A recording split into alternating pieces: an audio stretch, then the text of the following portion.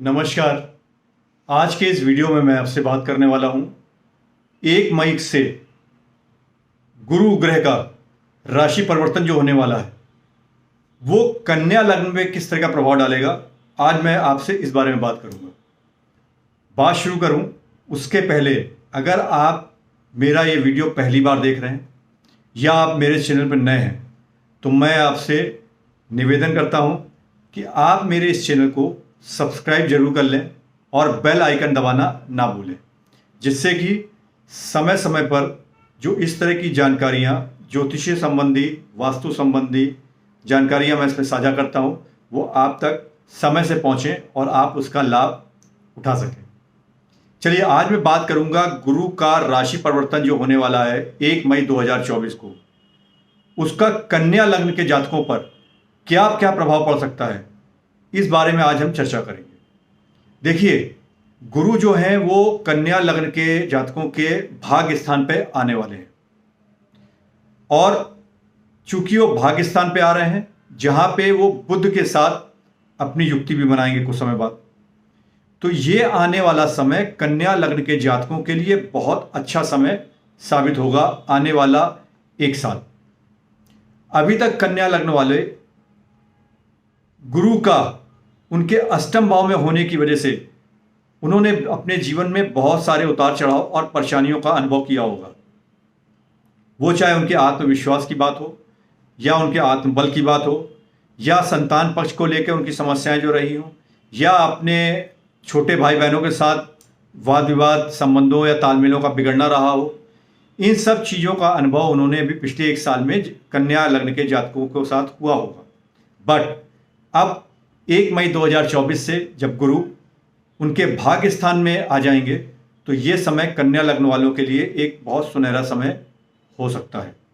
जी हाँ, जब गुरु कन्या लग्न के भाग्य स्थान में विचरण करेंगे तो वहां से उनकी 5वीं दृष्टि कन्या लग्न पे पड़ेगी, जिससे उनके जीवन में आत्मसम्मान, आत्मबल में बढ़ोतरी, सोचने समझने की शक्ति में इजाफा देखने को मिलेगा।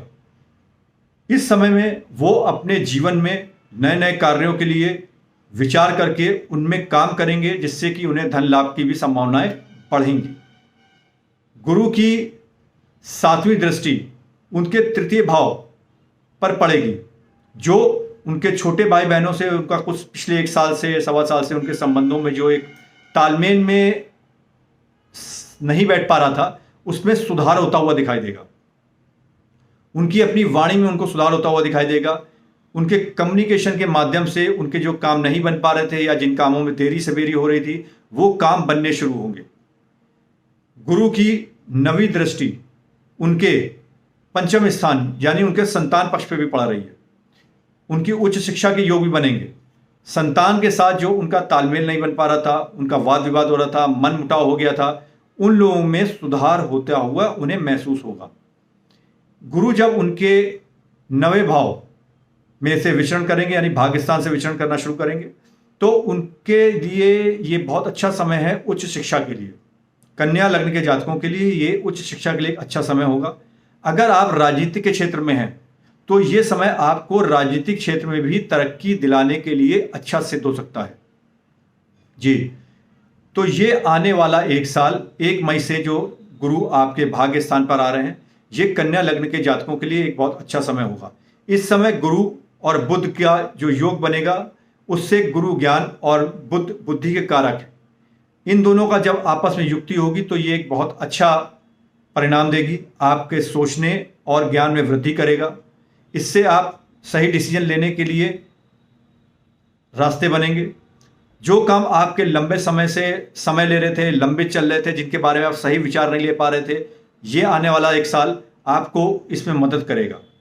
तो ये समय जो 1 मई से आएगा गुरु के इस गोचर के बाद, कन्या लगने वाले इसका बहुत ही सकारात्मक तरीके से लाभ ले सकते हैं। तो ये समय मैं कहूँगा कन्या लग्न वालों के लिए एक बहुत ही सुनहरा समय साबित हो सकता है। देखिए, इस समय में आपको जो विशेष कुछ ध्यान रखने हैं, आपको ये देखना है कि आपकी कुंडली में एक ये जरूर देखिएगा कि गुरु की स्थिति क्या है। अगर गुरु आपके थोड़े से अप डाउन हो रहे हैं। अगर आपको उनका पूर्ण सहयोग नहीं मिल पा रहा है तो मैं आपको इस वीडियो के अंत से पहले कुछ ऐसे टिप्स और कुछ ऐसी रेमेडीज भी बताऊंगा जिनको अगर आप करते रहेंगे तो आपको गुरु के अच्छे फल प्राप्त हो सकते हैं। देखिए, आपको करना क्या होगा। आप पूरे साल विष्णु जी के 1000 नामों का जप करते रहिए, विष्णु सहस्त्र का पाठ करिए। इससे आपको अपने इस गोचर का फायदा लेने में आसानी होगी। आप रोज सूर्य को जल दीजिए, सूर्य को सूर्यांजलि रोज दीजिएगा। यह आपके लिए एक बहुत अच्छा उपाय सिद्ध होगा। ओम नमो भगवते वासुदेवाय नमः इस मंत्र का जाप जरूर रोज 108 बार करिए। अगर गुरु आपकी कुंडली में उचित स्थान पे या पूर्ण तरह से आपको सहयोग नहीं कर पा रहे या किसी वजह से नीच के या एक पीड़ित अवस्था में बैठे हुए हैं तो ये उपाय आप जो है उन लोगों के लिए बहुत कारगर सिद्ध होगा। इस उपाय को ध्यान में रखिएगा और इसका उपयोग करते रहिएगा। विष्णु भगवान की जितनी ज़्यादा पूजा आप करेंगे उतना वो आपके लिए लाभप्रद होगा। देखिए, अभी बहुत समय से आपको ये लग रहा था कि आप बहुत मेहनत कर रहे हैं, आप बहुत मेहनत कर भी रहे थे, लेकिन उसके फल आपको उसके अनुरूप नहीं मिल पा रहे थे।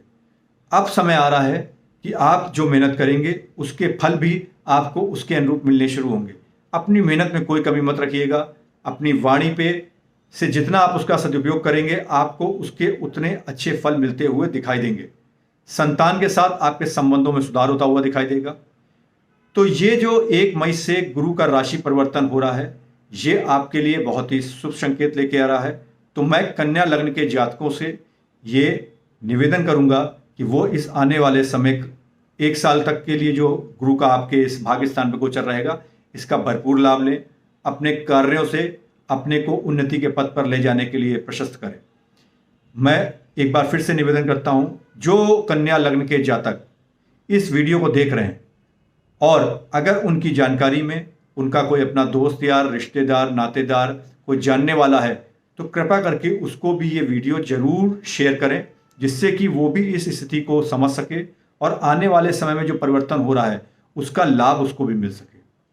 और चलते चलते मैं फिर आपसे ये निवेदन करूंगा कि अगर आपने मेरे इस चैनल को सब्सक्राइब नहीं किया हुआ है तो प्लीज़ कर लीजिए, जिससे कि समय समय पर इस तरह की महत्वपूर्ण जानकारियां जो मैं आपके साथ शेयर करता हूं वो आप तक टाइम से पहुंचती रहें। और बेल आइकन को दबाना मत भूलिएगा जिससे कि आपको नोटिफिकेशन टाइमली मिलता रहे। आप सबका दिन शुभ हो और मैं प्रभु से यही प्रार्थना करता हूं कि आप सब खुश रहें। God bless you. Thank you so much.